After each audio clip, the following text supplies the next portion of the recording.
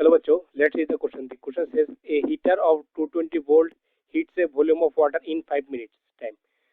A heater of 110 volt heats the same volume of water. Time of heating is. So इस question का जो की concept है वो है इस क्वेश्चन का जो की कॉन्सेप्ट है आई एम राइटिंग की कॉन्सेप्ट वो है हीटिंग इफेक्ट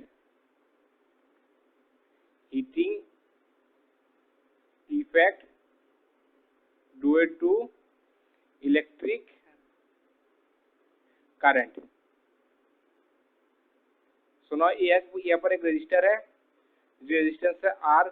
अगर इस रेजिस्टेंस के थ्रू टी टाइम तक आई करंट फ्लो होगा तो इस रेजिस्टेंस में कितने हीट प्रोड्यूस होगा, एच इक्वल्स टू होगा आई स्क्वायर आर टी. हम लोग को ऑम्स से पता है बी इक्वल्स टू क्या होता है, बी इक्वल्स होता है आई आर. तो आई इक्वल्स टू क्या होता है, बी बाई आर.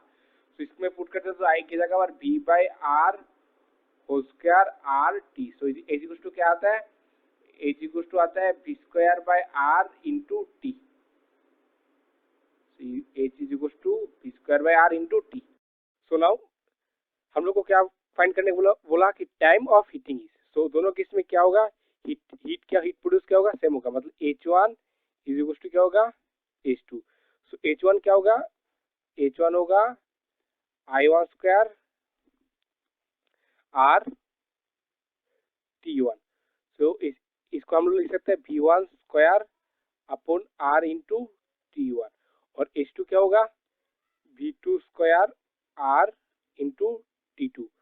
तो ये पर पुट कर देते हैं V1 square upon R into T1 is equal to V2 square upon R into T2. यहाँ पर R कैंसल.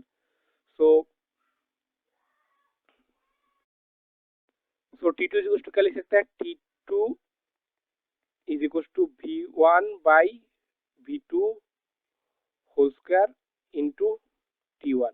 सो V1 कितना है, V1 है 220 और V1 है 110.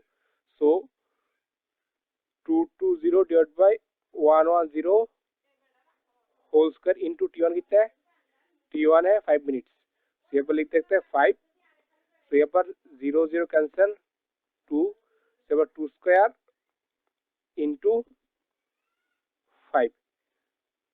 तो हम लोग को क्या मिलेगा, 2 2 4 5 4 20 मिनट्स.